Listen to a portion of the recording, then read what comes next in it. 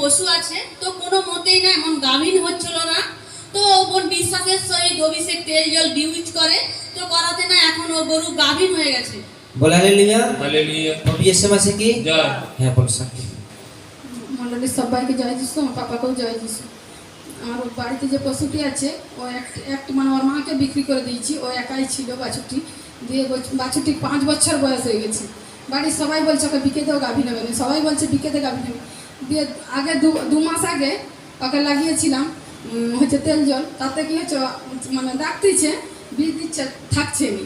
তারপরে আবার doctor change করলাম, ডাক্তার চেঞ্জ করে আবার প্রভুর পরমেশ্বর তেল জলকে গোটা শরীর লাগাইছি, ওকে খাওয়াইছি। খাওয়াতে ও পরের মাসে যে আবার ডাক্তার চেঞ্জ করে যে আবার বিষটা দিলাম, ও পশু এখন গাভীন হয়ে গেছে, 6 মাসে গাভীন আছে এখন। প্রভুর জন্য একবার মহিমা করো। এখন সুন্দর মানে খুব সুন্দরই আছে। বলে হালেলুয়া। হালেলুয়া। সবাই জন্য একবার পরমেশ্বর মহিমা করবে। প্রভু সব কিছু করতে পারে, প্রভু এমন ক্ষমতা